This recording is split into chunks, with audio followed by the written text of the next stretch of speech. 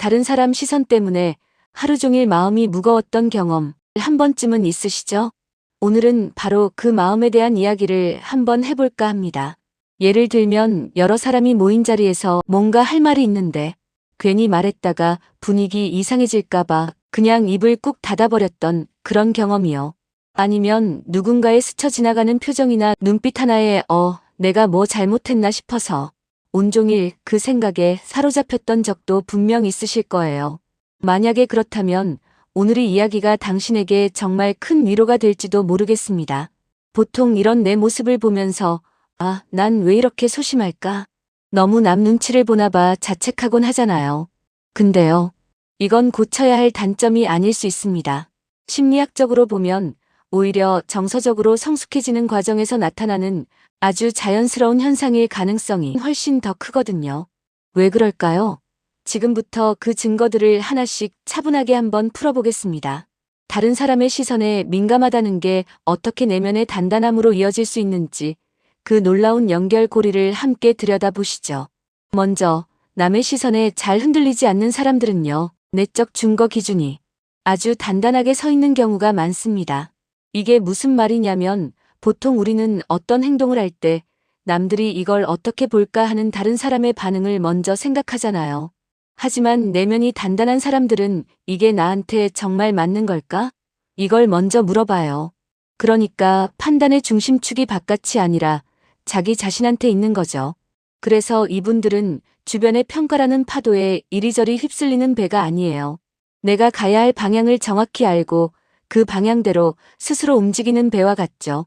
겉보기엔 조용하고 어쩌면 눈치를 보는 것처럼 보일지 몰라도 그 안에는 아주 단단한 자신만의 좌표가 있는 겁니다. 자, 그럼 지금부터 내면이 단단한 사람들, 그러니까 정서적으로 성숙한 사람들이 가진 구체적인 특징들이 뭔지 한번 살펴볼게요.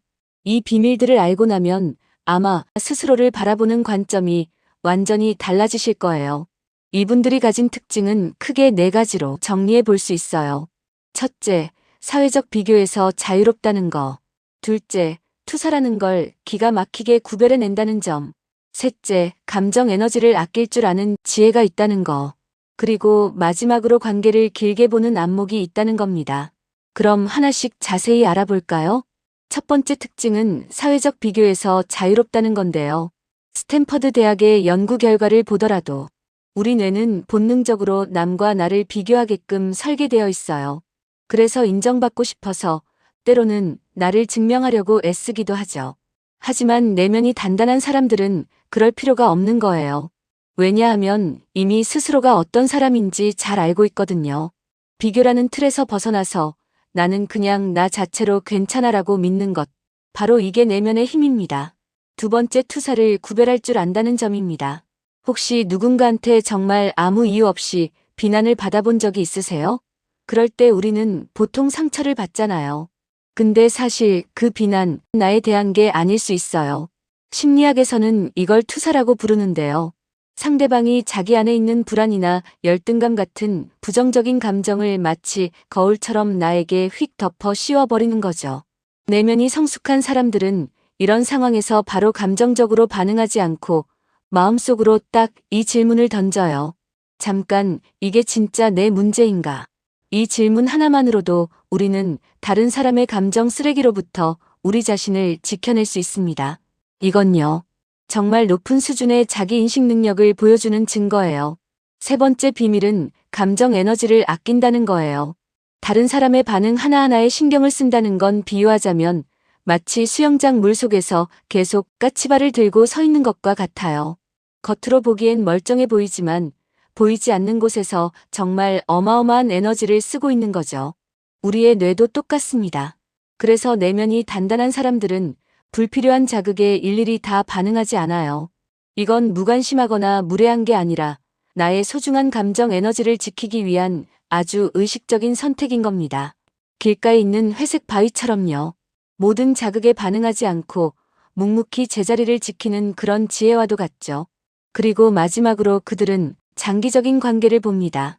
누가 나를 화나게 했을 때 바로 맞받아치면 순간은 속이 시원할 수 있죠. 하지만 그 한 번의 감정적인 반응 때문에 정말 소중한 관계가 와르르 무너질 수도 있잖아요. 내면이 성숙한 사람들은 이걸 아는 거예요. 그래서 심리학에서 말하는 지연된 만족을 실천합니다. 순간의 감정 소모보다 더 중요한 길게 봐야 할 관계의 가치를 선택하는 능력. 이것이야말로 성숙함의 증거가 아닐까요? 그렇다면 남의 눈치를 보지 않는다는 건 그냥 내 마음대로 좀 무례하게 행동해도 된다는 뜻일까요? 당연히 아니죠. 성숙함과 무례함 사이에는 아주 중요한 차이가 있습니다. 핵심은 바로 이겁니다. 남의 시선에서 자유롭다는 건 다른 사람을 배려하지 않는 무례함이 아니에요. 타인의 평가에 휘둘리지 않고 나 자신의 건강한 기준으로 살아갈 힘이 생겼다는 뜻입니다. 바로 정서적 성숙의 가장 분명한 증거인 거죠. 그래서 저는 오늘 여러분께 이 말을 꼭 해드리고 싶었어요. 혹시 지금까지 남들 시선 때문에 스스로를 자책하고 있었다면 이제 그 마음을 잠시 내려놓으셔도 괜찮습니다. 만약에 나는 왜 이렇게 남의 눈치를 많이 볼까라고 생각해 왔다면 이제 그 생각을 이렇게 한번 바꿔보는 건 어떨까요? 나는 나만의 단단한 기준을 세워가는 아주 중요하고 멋진 과정에 있구나라고요. 관점을 아주 조금만 바꾸면 자책이 아니라 성장이 보이기 시작합니다. 다시 한번 강조하고 싶습니다. 당신은 어딘가 부족해서 고쳐야 할 사람이 절대 아닙니다. 그저 자신만의 길을 찾고 내면의 목소리에 귀 기울이는 법을 배워가는 지극히 정상적이고 성숙한 과정 위에 있을 뿐이에요. 그 자체로 이미 충분히 괜찮습니다. 여러분의 이야기는 어떠신가요? 남의 시선 때문에 힘들었던 순간, 혹은 반대로 이건 더 이상 신경 쓰지 않아도 되겠다고 용기를 냈던 경험이 있다면 댓글로 당신의 이야기를 나눠주세요. 당신의 그 소중한 경험이 지금 비슷한 고민을 하는 또 다른 누군가에게는 정말 큰 위로와 용기가 될 수 있을 겁니다. 구독과 좋아요도 잊지 마시고 다음 영상에서도 우리 마음속 숨은 이야기로 돌아오겠습니다.